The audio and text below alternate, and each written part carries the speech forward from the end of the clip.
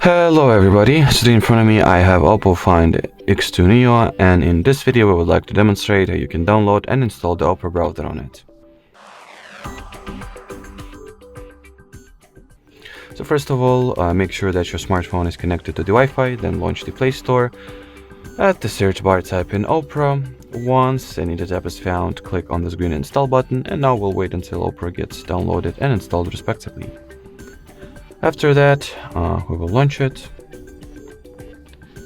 And while opening Opera for the first time, we have to also undergo a very simple and basic setup procedure.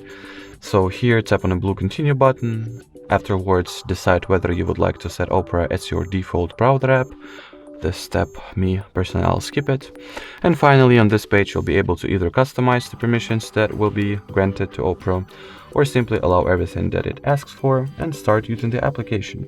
Alrighty, so that would be it for this video. Thank you so much for watching, and bye bye.